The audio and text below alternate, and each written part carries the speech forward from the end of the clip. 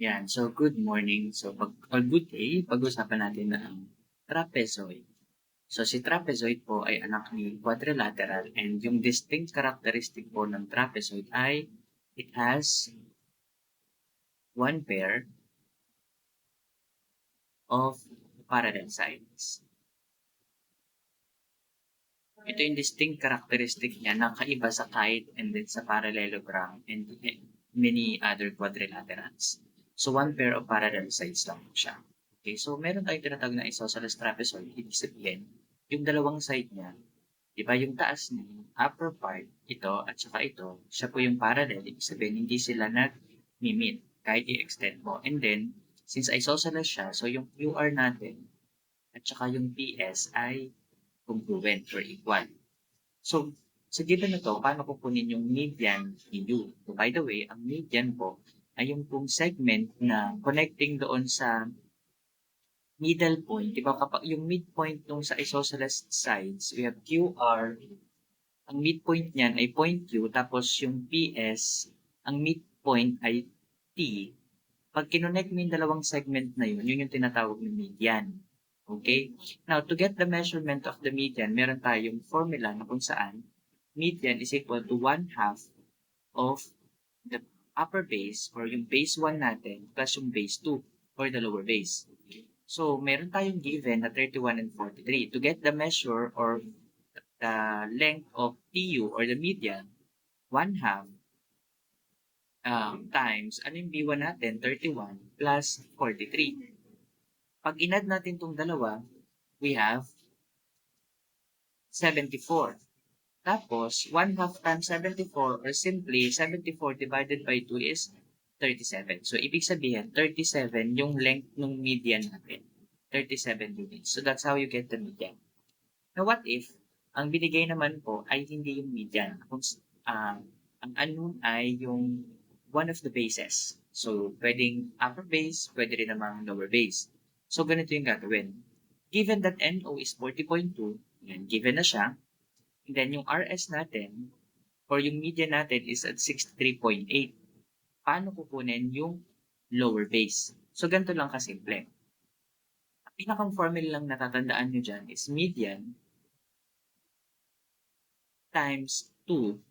Multiply natin by 2 automatic and then subtract sa given base. Kung ano man yung base na binigay, dun mo isusubtract. Dito, ang binigay yung upper base, so minus the upper base. Kung lower base ang binigay, edi minus the lower base.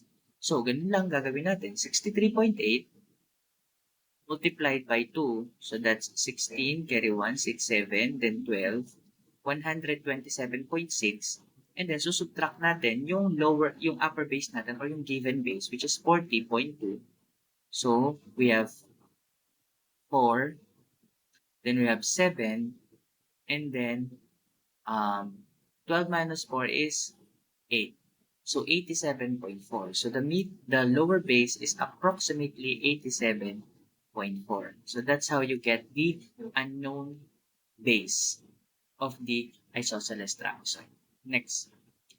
Dito naman, binigay yung length ng upper base, lower base, at yung median.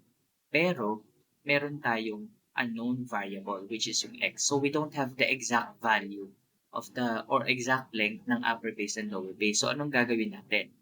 So, yung NO natin is 4x minus 5, 43 yung median, and then 11x plus 1. So, we need to get first the measure of or the length of x. Yung value ng x, the value of x, and then the measure of NO, UP. So, paano?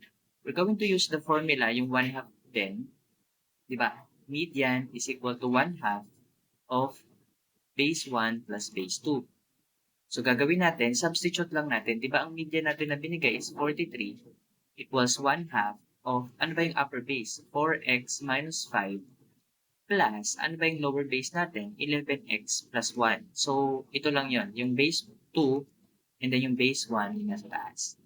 Then, combine like terms. Ano ba yung combine natin? Yung x sa x, tapos yung negative 5 sa positive 1. So, sulat ko lang to, 43 is equal to 1/2. Pag kinombine natin, 4x plus 11x, that's 15x. And then, negative 5 plus 1, it's negative 4. Rules in integers, negative plus positive, subtract, then copy the sign of the larger number. And then, kailangan natin ma-eliminate yung 2. Anong gagawin? I-multiply natin siya dun sa 43. So, ito na yung mangyayari. So, magiging 86, minultiply ko na by 2, is equal to 15x minus 4. Yan. And then, itong negative 4 na to, itatranspose natin dun sa kabilang side. So, magiging 86 plus 4 is equal to 15x. So, magiging 90 is equal to 15x. Then, divide both sides by 15 kung ano yung number na katabi ng x ha. So, x is equal to 6. So, the value of x is 6. Now, to get the exact value of the upper and the lower bases, substitute lang natin. 4 times 6. Saan galing yung 6? Dun sa given na na-solve natin, minus 5. And that is 24 minus 5 is 19. Yan. So, 24 minus 5. And this one, 11x. So, 11 times 6 plus 1 is equal to 66 plus 1. And the answer is 67. So, ibig sabihin, 67 yung lower base and 19 yung upper base. Check natin kung 43 ba yung magiging median. Checking. We have 19 plus 67 is equal to 86 divided by over 2 or divided by 2, that's 43. Check tayo sa median. So, tama yung median. Tama yung values natin. Next. Dito naman, angle naman. Dito naman tayo sa angle. Trapezoid pa rin, but this time angle. Basta laging tatandaan sa trapezoid, ang angle po, opposite angles are supplementary. So, ibig sabihin, ang sum niyan ay 180. 180 pag pinag-plus. Matic. Tapos, base angles are congruent. So, ibig sabihin, kung ano yung measure ng isa, yun din yung measure ng isang base. Congruent, equal.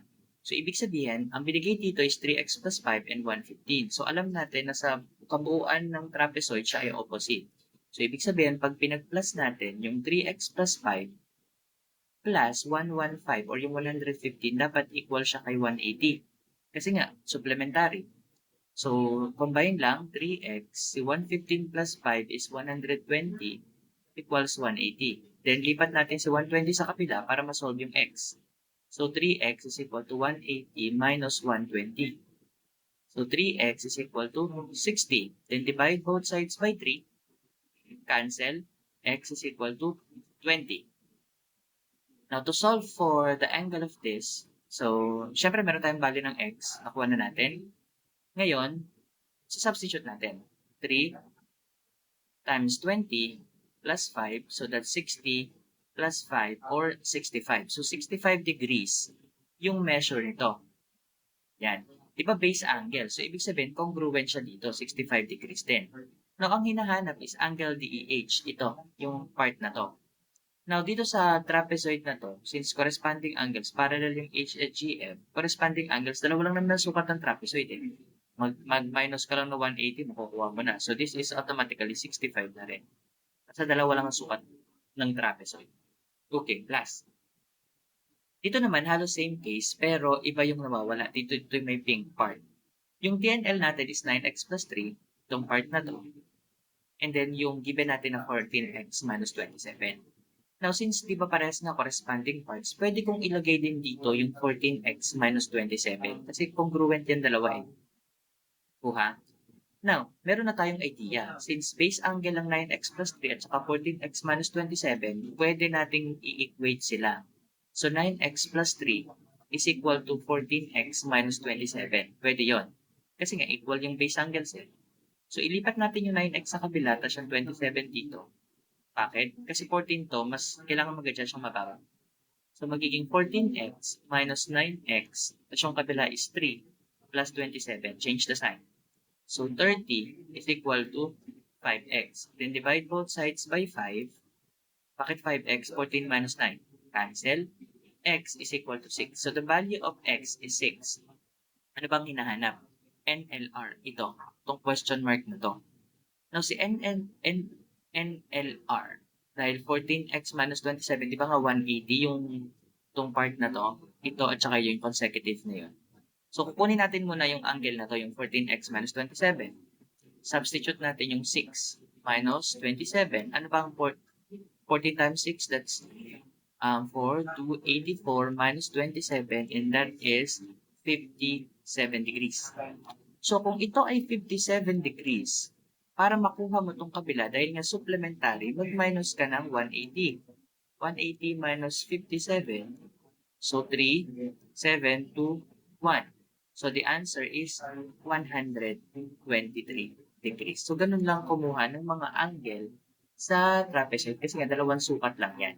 It's either supplementary or congruent. So, I hope you learned something. Thank you.